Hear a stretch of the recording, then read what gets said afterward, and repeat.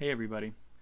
Whenever we hear that one of our favorite stories is going to be adapted into a film, we all sit up and take attention, for better or for worse. What if I were to tell you there's one story I read quite recently that is one of my favorite stories and I feel should be the basis for the next Batman film? And the reason for that is that it's a true story. Stay tuned, I'll explain.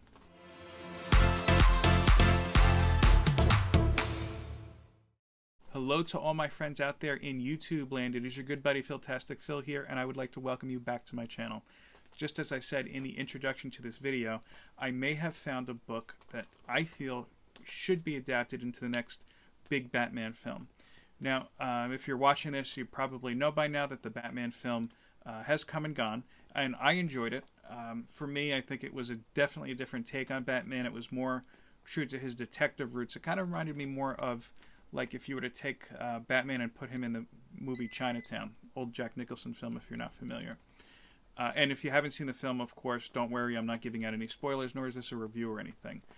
But one criticism I've heard with this Batman film, and I tend to hear with a lot of superhero movies, is that those who don't appreciate superhero films always kind of question, well, how many more of these are you going to make? How many Spider-Man movies can you make? How many more Batman movies can you make? And to be honest with you, although burnout on these films has been a concern, one I surely have had whenever a new comic book film comes out, I think for the most part the successful films are able to stay ahead of that by kind of mixing up genres. Just as I said, this last Batman film felt more like a detective movie. In my mind, both Civil War and Captain America the Winter Soldier felt more like Tom Clancy films. Guardians had a little bit of Indiana Jones-esque thing in it, and so on and so forth. Now, not all comic book films, of course, do this, and this kind of mixing of genres doesn't predicate their success. There's some superhero films out there that have done quite well that really don't mix up genres, like the Suicide Squad, for example, the most recent one, not the 2016 one. Let's not talk about that one. But I digress. I found a graphic novel. It's actually one that I've had for a while now, and it happens to be one of my favorite Batman stories, and it's one that has not been adapted yet. It hasn't even been touched on yet. And it's something that is quite different. And I think can shake up the entire superhero film genre like never before. And it should be something that Warner Brothers is looking to adapt. If not into a full-length feature film, then maybe even something for HBO Max. And the name of the graphic novel I'm talking about today is Dark Knight, a true Batman story by Paul Dini. If you're unfamiliar with Paul Dini, he's written everything on television from cartoons. If you've seen Tiny Toon Adventures, I think he also did Animaniacs. I could be mistaken on that. Batman the Animated Series. And, well, I'll say it this way. If you're familiar with this little-known character, I don't know, not many people know her, Harley Quinn, then yes, you know Paul Dini. That's his creation or co-creation. Anyway, this is a true story. At some point during the early 90s, he was working on the Batman animated series, and where this takes place, he's actually starting to write, or he's in the middle of writing Batman the Mask of Phantasm, the great film. If you haven't seen that yet, I think you can see it on HBO Max now. And it's not just him writing it, of course, it's a whole crew. One night he decides to walk home after going on, I guess what you could call mildly an unsuccessful date. Probably a disastrous date. We've all been there. He's walking home and he gets jumped by two hoodlums who really beat him within an inch of his life, mug him, and just leave him in the street to die. What follows in the pages after this is really the story of not only how he recovered physically but mentally. So you might be saying at this point, Phil, first of all, what does this have to do with Batman? Why is Batman seen, and the Joker, on the cover of this looming over? Where does Batman come into play? And why even mention this for a superhero film? I'm going to tell you, but first, let's hear from a word from some of our Philtastic friends.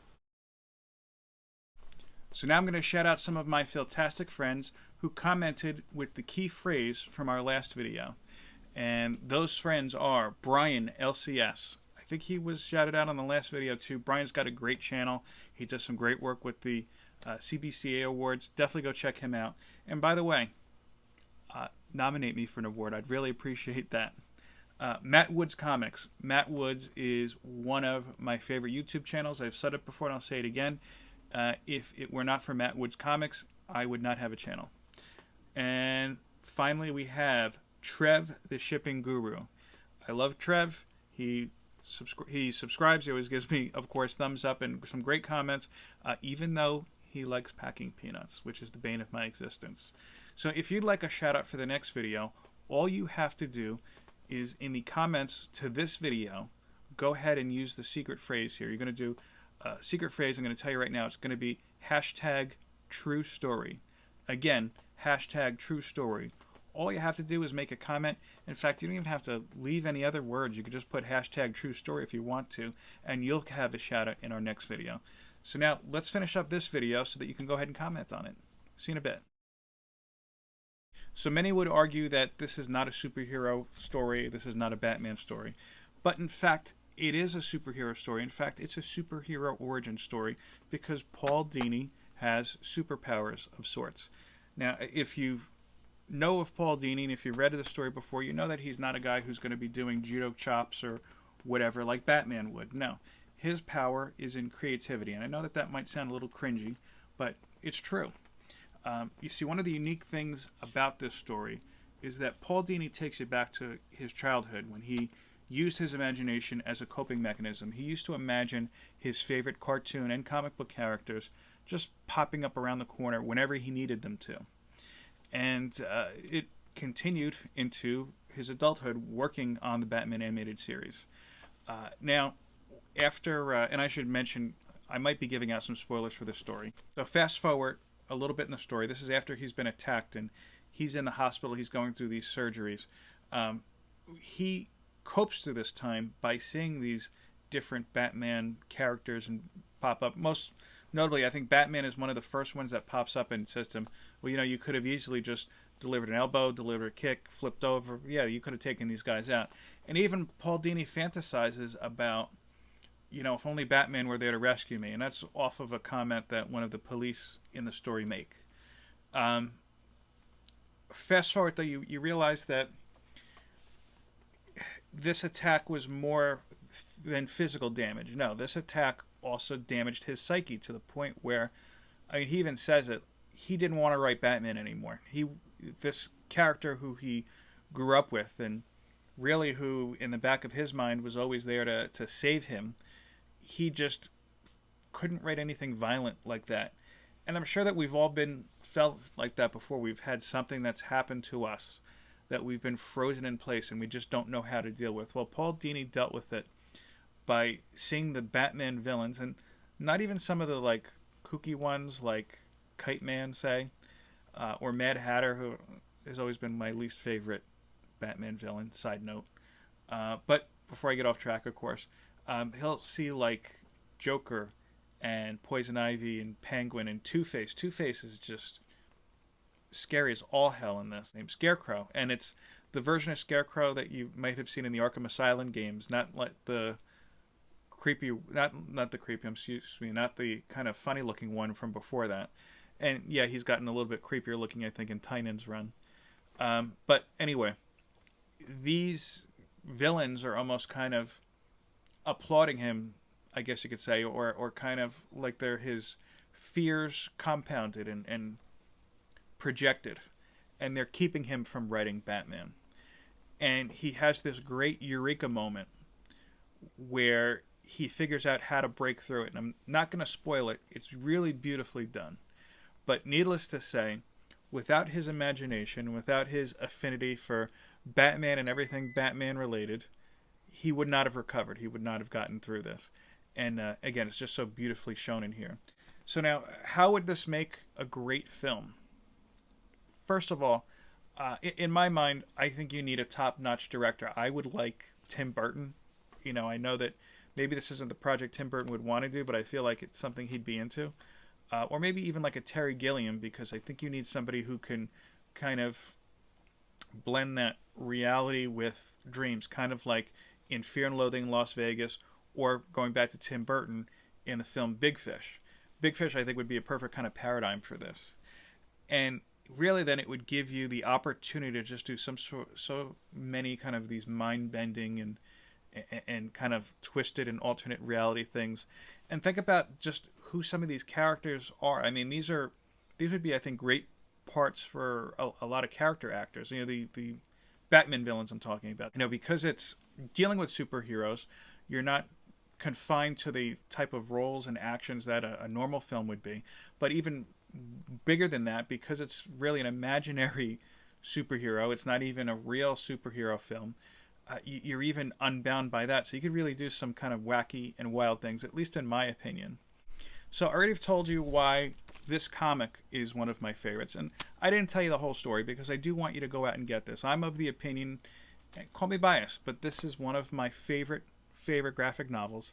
And I'm of the opinion that your comic book collection, whether you're a Batman fan or not, is not complete unless you own this book. So go to your LCS, pick it up. It's usually under $30. You can't go wrong. And it's a quick read, but it's one of those books that I know personally I go back to every now and then just because I appreciate it so much. I've told you what I feel like the film would feel like and how it would be different than a typical superhero film. Of course, it would have some superhero elements like what you see when these characters are on the screen, of course. But I feel like blending that kind of reality blurring line in it would be kind of like something out of either, like I've said, Fear and Loathing in Las Vegas or Big Fish, both of which are excellent films you should see if you haven't already. But even more so, I think it allows the viewers to get kind of a concentrated look at some of these characters we're familiar with. Batman, Batgirl, Joker, and really kind of use it to kind of say, look, here's Paul, here's Batman. You know, these are, of course, fictional, expressed, concentrated qualities, but this is how it kind of twisted into his life and how he overcame these things. And really, this is an important story, I think, to tell. Look, we've all been there before. Maybe something didn't work out the way you wanted it to work out. Maybe you feel like you're mentally stuck. And you know, if you've been there before, how important it is to get out of that situation. And at the end of the day, this is the story, a true story, about how a guy who writes Batman got stuck and used his love of Batman and as his inspiration to get out and to get unstuck. And really, if you're somebody who's been there before, or maybe you're in there right now, then this is a story that you need to read, and it's a story that I'm sure you're going to empathize and sympathize with. Well, that's what I have for you today. I hope that you enjoyed this video. Go ahead and give me a like. Share this video if you enjoyed it. And go ahead and leave a comment. Remember to go ahead and leave my secret kind of hashtag phrase that I said in the middle of this video so that you get a shout out on the next video. Thanks again for watching. I hope that you enjoyed this video. Peace, love, and comics. Take care.